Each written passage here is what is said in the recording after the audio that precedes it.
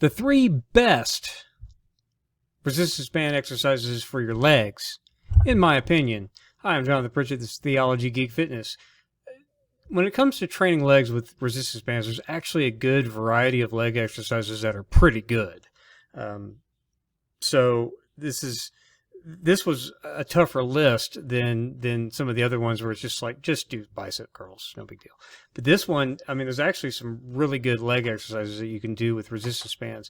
And unless you have like a weight vest to go with a suspension trainer, I would argue that training legs with resistance bands is more effective than training legs with a suspension trainer.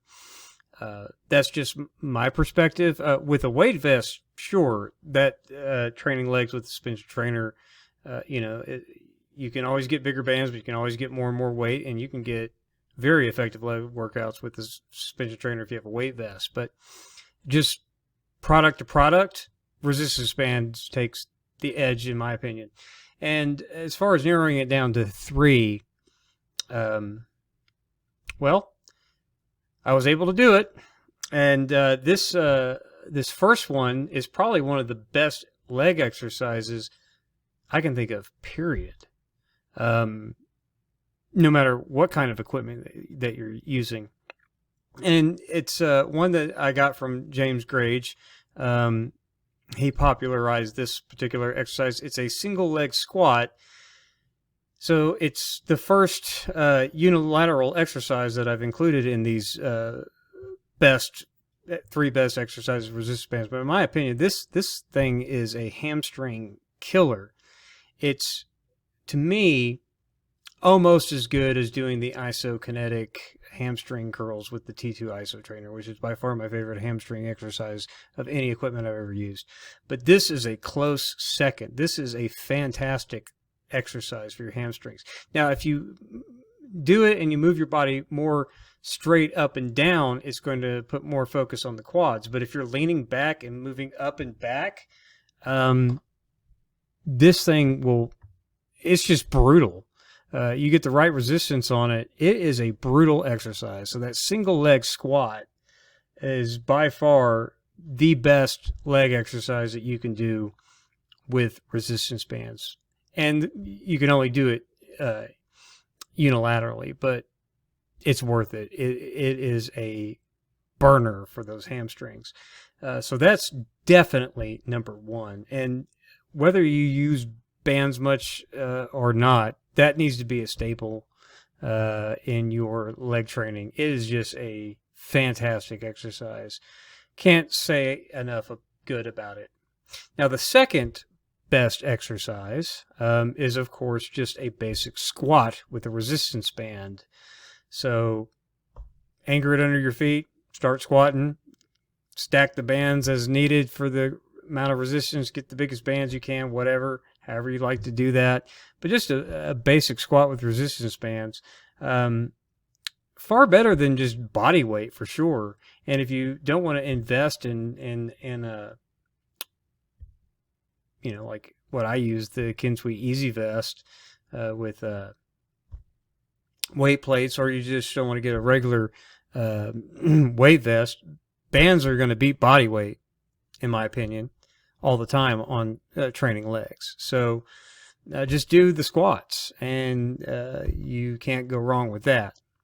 Now, for the third best is going to be an anchored exercise for your legs, and that's the anchored calf raise.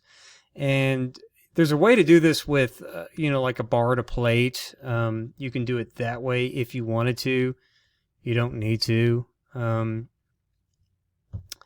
I said, the bar and the plate, the only exercise that's worth having a bar and a plate for at all is to deadlift. But, I mean, deadlifting big resistance bands is kind of like what I said in a prior video about chest pressing with a bar, big resistance bands.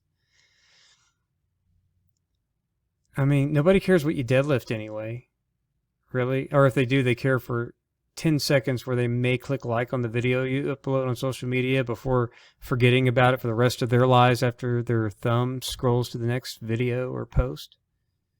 Your friends might be happy with you for 5 seconds, 10 seconds, but nobody really cares. So again, how much less do you think people care that you can deadlift a big stack of resistance bands?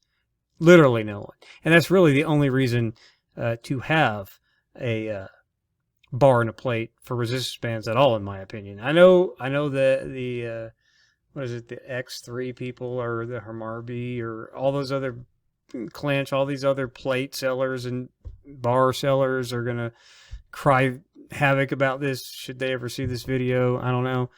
I'm sorry. They just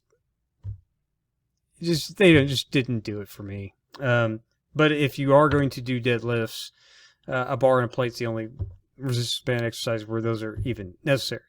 And you can do calf raises that way, but it works just as well to use an anchor and just do your calf raises anchored like that. So that would be number 3. I mean, that's going, just those 3 alone are going to train and get you everything that you could ever need out of resistance band training for your legs. Now, there's a lot of other great exercises that you can do, and you can go watch my playlist on anchored and unanchored leg exercises, but those 3 really all you ever need to do, in my opinion. So if you don't have an anchor point, which you should have an anchor point, because you should be using the Undersun indoor-outdoor anchor, regardless of what company resistance bands you use. Undersun's is better than all of them, in my opinion. Maybe not the highest quality, but high enough quality, and a great company and a great warranty program. But they have the best anchor on the market, period. And so you're never without an anchor point, because you can anchor it at the door, or you can anchor it to a post or anywhere outside. It's fantastic. Find a tree trunk and you got an anchor point with that anchor. So if you don't, for some reason, have a way to anchor your resistance bands, you can do about the only alternative there is for calves, and that's a single leg calf raise. And if you can find a rock or a book to stand on while you do it to increase that range of motion, even better. That's your basically only other option. I'm sure there's other calf exercises that people think of, but really just anchoring it and doing calf raises is the only one you ever need. And if you don't have an anchor point, then just do the single calf raise with the band.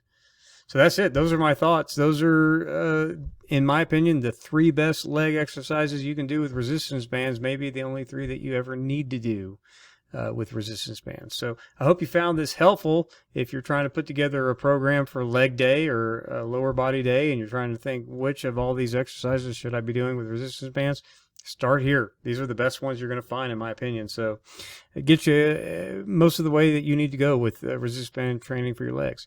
So I hope you found this video helpful. Click the like button if you liked it. Click the dislike button if you did not like it. I don't really care either way. Leave a comment and fuss at me about what I said about bars and plates, or how I'm wrong about these 3 exercises and there's better ones. Make hay in the comments. Don't care. It'd be a lot of fun. If you want to support Theology Geek Fitness, you can go to patreon.com/theologygeekfitness and become a patron and get bonus workout content there, and participate for the $10 and up. Patrons can participate in my gear giveaway. If I like something or if I don't like something, either way, if I'm not going to use it on a regular basis, I give it to my patrons. And so we've already done one. We'll be doing another one soon. So keep that in mind. And if you're looking for workout routines, you can just follow along there. $1 gets you in the door for that stuff. So think on it, pray on it, get back to me. You know, I'd love to have you as a patron. So thank you for watching this video. I'll see you in the next one. God bless.